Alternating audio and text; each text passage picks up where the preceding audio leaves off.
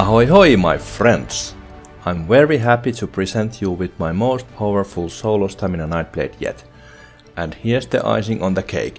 This build is very easy to get, as you don't have to do any veteran content in order to get your hands on the gear. The more you encounter enemies, more powerful you'll get and more healing you'll be doing. You rarely run out of resources or need to use your healing skills. You'll heal while you deal damage, and you'll whip out a lot of damage as well. That's the beauty of this build.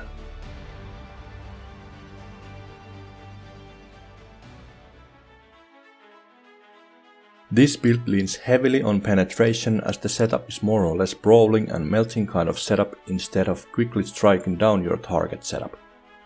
Weapon damage is on the okayish level, but it'll be buffed during the fights. We have Lover Mandastone for more penetration. With buffing and debuffing, we'll hit the maximum penetration, which is 18,000 in PvE. No enemy has more resistances than that. Critical chance is on the lower side, but we still hit critically about every 4th or 5th time.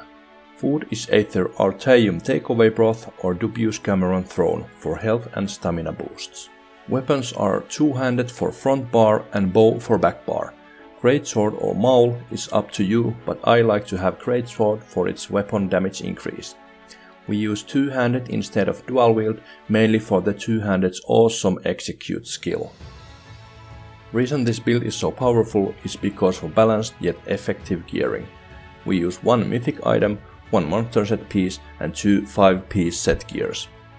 For best result, we have 5 medium armor pieces and 1 light, that should be the sash in order to minimize the armor loss, and 1 heavy, that should be the chest piece in order to maximize the armor gain. Monster piece is dummy house. You can use either head or shoulder piece, it doesn't matter. Dummy house gives us hybrid stats for stamina and magicka.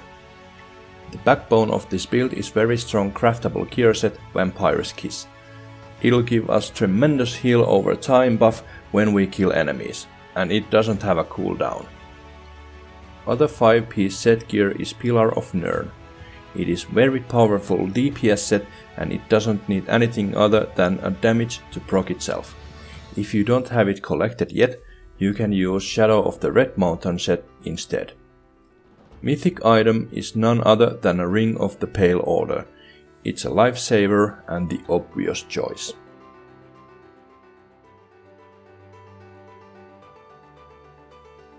Alright, couple words for skill choices and why. Front bar is for dealing damage, obviously. First skill is spammable skill, Surprise Attack. Effective and it stuns if you hit it from the flank or behind. Second skill is your execute skill, Reverse Slice. We use this instead of Killer's Blade because its execute range starts earlier and it deals damage to others also. And we don't need the extra healing from the Killer's Blade. Third skill is Brawler, for its cheap shield. Fourth skill is Power Extraction for buffing and dealing AoE damage while also weakening your incoming damage.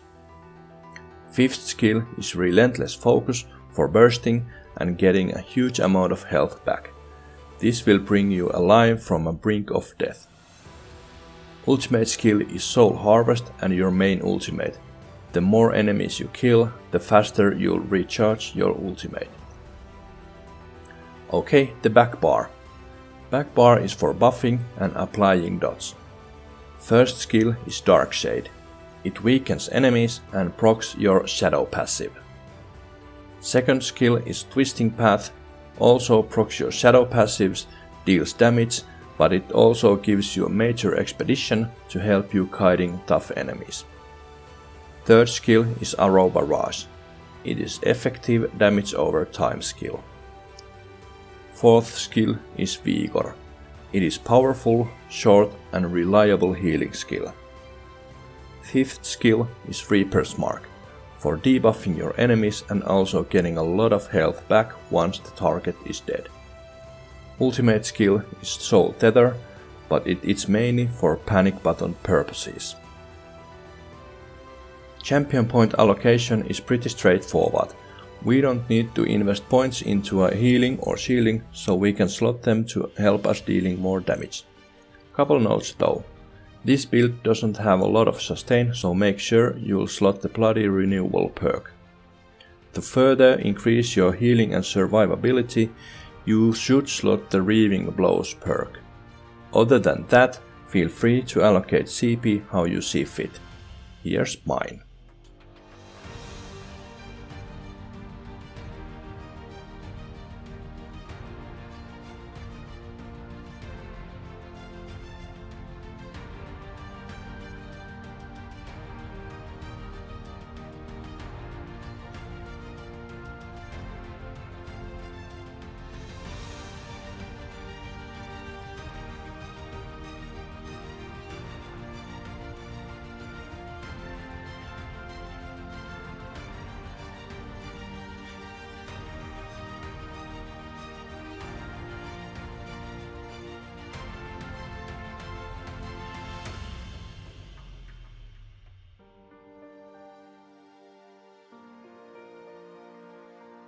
Couple words about rotation and how to play this build effectively.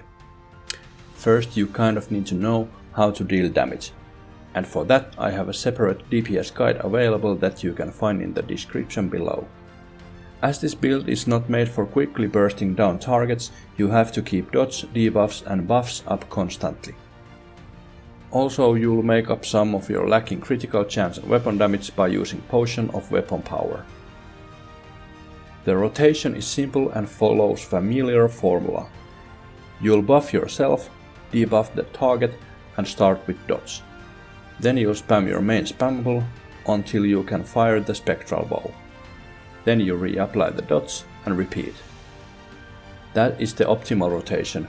You also have to know the mechanics and adapt your rotation correspondingly. If the boss has sidekicks as they usually do, focus on killing some of them first to proc the vampire's kiss and to ease up your incoming damage. Albeit being pretty brawny, this build needs skills in order to function well and properly. That's why you can't just stubbornly try and focus solely on boss if there's sidekicks to kill.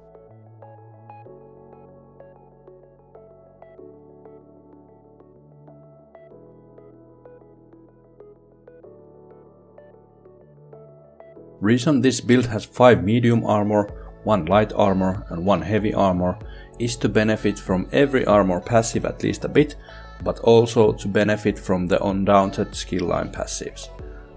If you think that you don't need the protection as much, you can switch your armor setup to 5 medium armor pieces and 2 light armor pieces to further increase your penetration and critical ratings. But just make sure the light armor pieces are the ones which have the lowest armor ratings.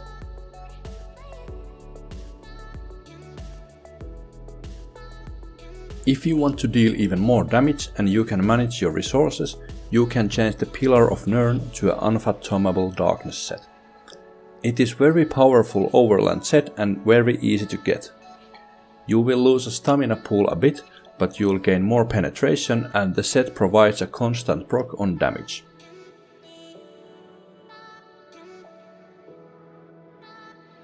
Thank you for watching.